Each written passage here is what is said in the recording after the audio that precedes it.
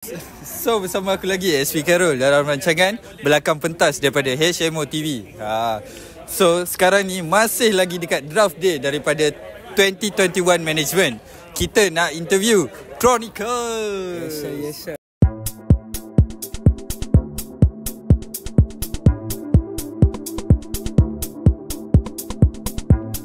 The one and only. What up?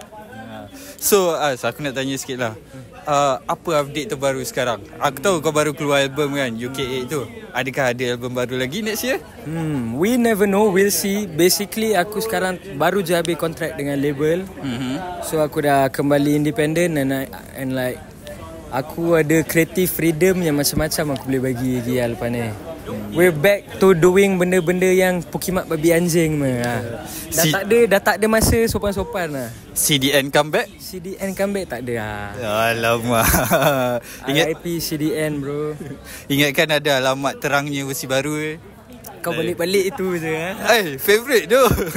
Baik. So selama ni aku ada banyak tengok. Aku banyak je pergi contohnya macam festival yang kau ada dalam line up.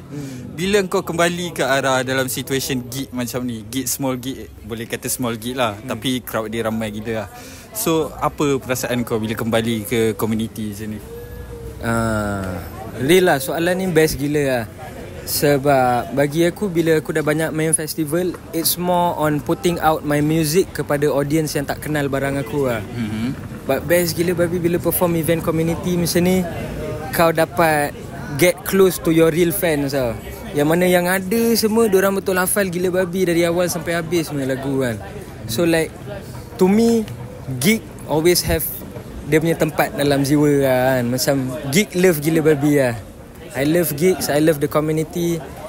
Shout out to everyone yang datang hari ni. Semua real, semua best.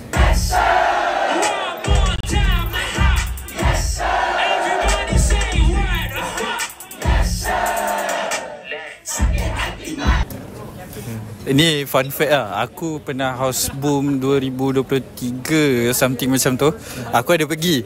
So bila aku tengok engkau perform atas stage tu kan, dia punya feeling, sebab aku tahu engkau daripada start up lagi, daripada zaman-zaman perform dekat Ipoh tepi sungai. Real. Ingat? Real.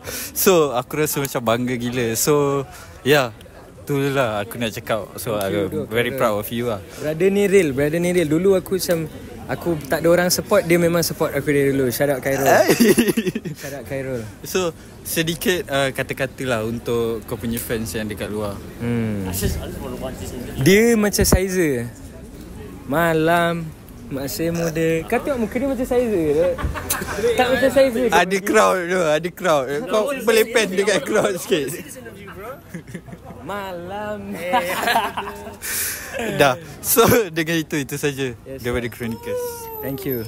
HMO TV. Pow.